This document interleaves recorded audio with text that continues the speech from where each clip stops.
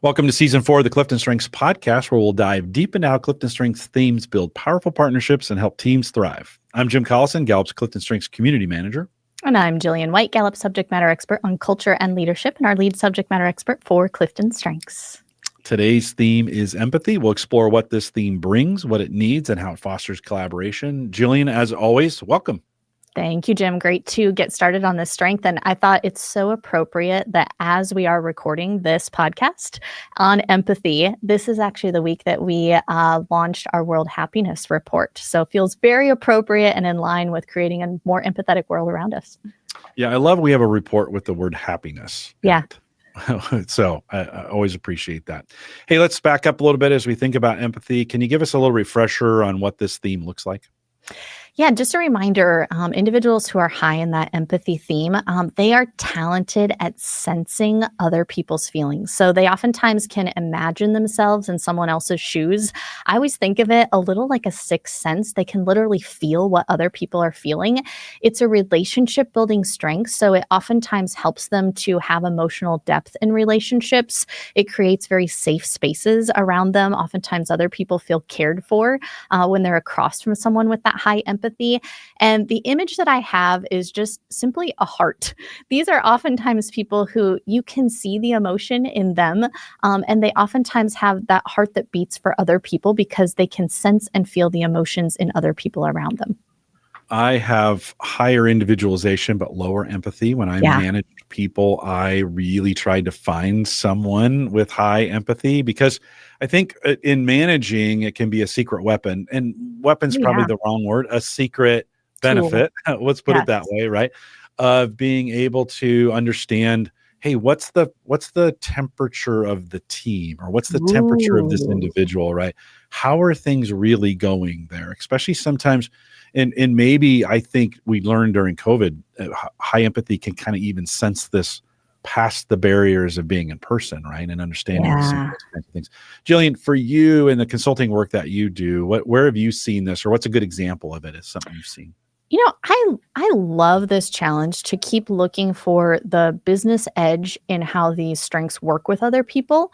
And I actually have a really powerful example of this one. There's a leadership team that I've been working with for over 5 years. And this leadership team, I see an incredible partnership between the head of the business and their head of HR. And what's interesting, the head of the business has all the classic like high achiever, competition, focus.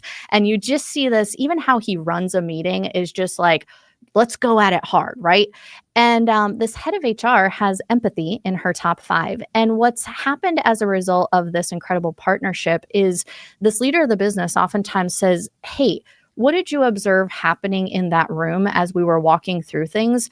What are people feeling on the ground? Maybe we're rolling out this big change across the company, but be my spidey sense to say, how are people actually receiving this and feeling about it? And oftentimes this individual actually has empathy and communication in her top 5. So she's able to articulate, hey, you know what? Here's where we may need to adjust some things based on what I'm sensing and seeing and feeling from people around me. So it's actually a beautiful partnership. And I think they've been able to adjust their approaches and their strategies as a team to truly lead and manage change better because they're bringing people with them, because they're understanding how people are feeling on the other side of what they're rolling out or what they're focused on together as a team. So it's beautiful to see that empathy as such a gift to helping understand how people are feeling and absorbing things.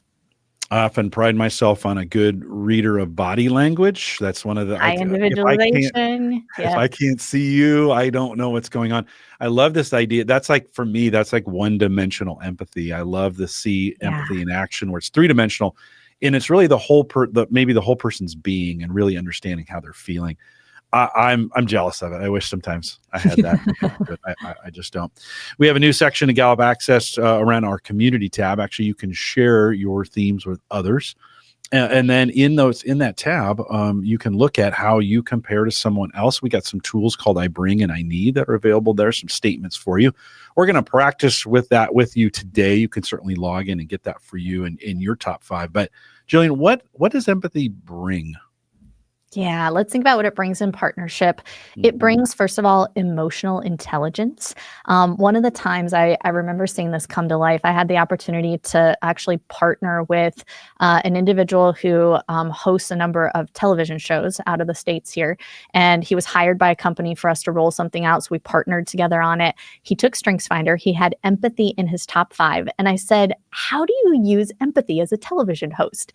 And he said, I simply say what I sense other people need to hear based on what I can tell they're feeling. I thought, what a cool way to see that ability to bring emotional intelligence to how you're approaching something and how you're partnering with others. They also bring a lot of emotional depth in their relationships. I see individuals high with empathy oftentimes create safe spaces for people to feel cared about and to feel heard because they feel what they're feeling. And I think people can almost feel that back. They feel cared for through that process. I had to laugh, Jim, because I actually have an aunt of mine who has empathy number 1. She was going to join to listen to our live recording today. And she sent me a text and she said, I have a friend going through some tough things right now. And she asked me to meet for lunch. So I'm actually going to spend some time with her and I'll listen to the recording later. And I thought, what a great example of empathy in action. It brings that to its partnership. It is willing to feel what other people need and bring that emotional depth and care as a result. As I'm reading the notes that we have, as we think about what we need, I often think of the we relationship that empathy brings. What does it need? Yeah, it needs freedom to emote. It is going to feel the emotions. And so if I'm partnering with somebody with high empathy, they might be a little more likely to cry or a little more likely to laugh. They need freedom to experience some of those emotions. They also need an ability to use their intuition.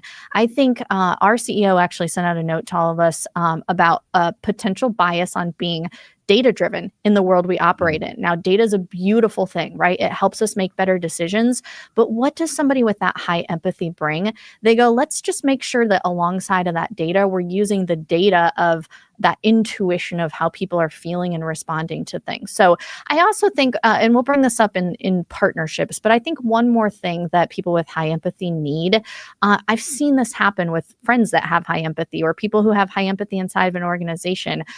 Oftentimes they need help not sitting in the emotions that other people bring to them and not carrying those because they do tend to feel what others are feeling. And I oftentimes find it's like they've got a sign on their forehead that people just feel safe sharing with them. And so they oftentimes carry a lot of the emotions of others. And so partnerships that help them be able to either create some boundaries or be able to kind of move forward from that can be really helpful for somebody with that high empathy. And a PSA note, just as someone who's done this before, friends, if you sense your friend with high empathy, you're overloading them, back off. I do try to be conscious of that with the high empathy friends. I think that's a good, because you can, and they'll take it, right? And sometimes they'll just continue to take it. So just be aware of that as well. In the new CliftonStrengths Top 5 report, we've added a section we call Theme Dynamics. It's really looking at 2 themes together. We're going to look at it from an individual standpoint and then partnerships. We have in our database, we've got some themes that pair very, very closely together. When we think about discipline, what statistically pairs with that? Statistically, in our database, the one it's most likely to pair with is developer. I want to actually read the statement from the Top 5 report because I don't think I can say it better than the statement says. Human emotion and potential are invisible realities. You can help others express their feelings and achieve their potential. So you hear both those strengths coming out, right? Empathy is going to sense what other people are feeling. Developer wants to help them see their potential. So that ability to kind of cultivate emotion and potential in someone is a really beautiful combination. It's got to feel fantastic to be on the other side of somebody who, what a great mentor or teacher or coach to have both empathy and developer together. Yeah, we've had teammates on campus. They're out of here, they're here from the area here in Lincoln.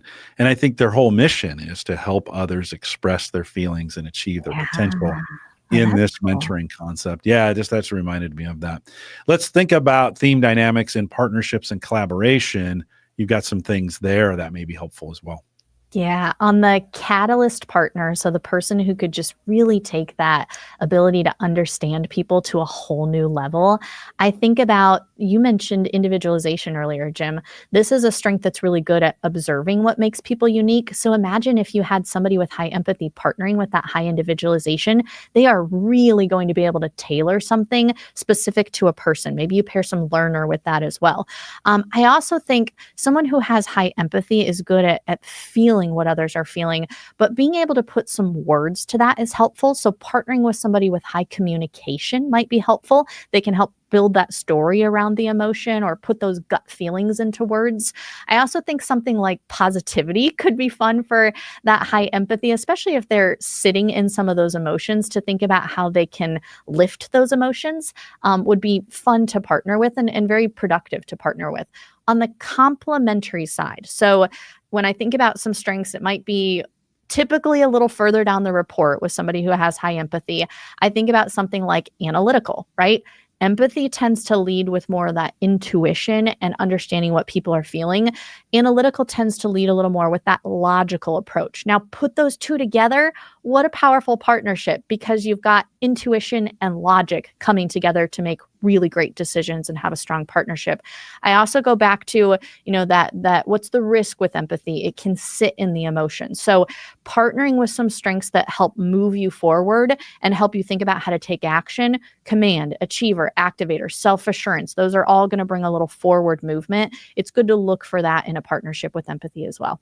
I love that idea of self-assurance and command partnering, right? Being a complementary partner to empathy. I don't know if I've ever thought of that combination Yeah. before, but that confidence, that movement, that I love that. I love that idea. I think where they can come in is if the person with high empathy can understand and articulate the emotion in a situation, they can use that. They're influencing strengths, right? They can use that to pave a path forward, right? So it's okay, what do we do with if people are feeling really frustrated or there's low morale in our work environment right now or on our team?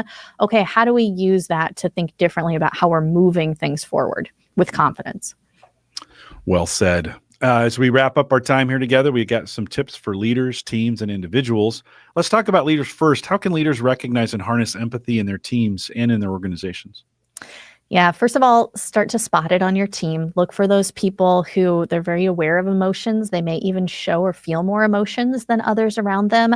I think if you're a leader working with somebody who has high empathy, ask them feeling questions that will resonate with them. You can even think about this in partnering with somebody with high empathy, right? Ask them, what's your read on how the team is feeling right now? How are you feeling about your work?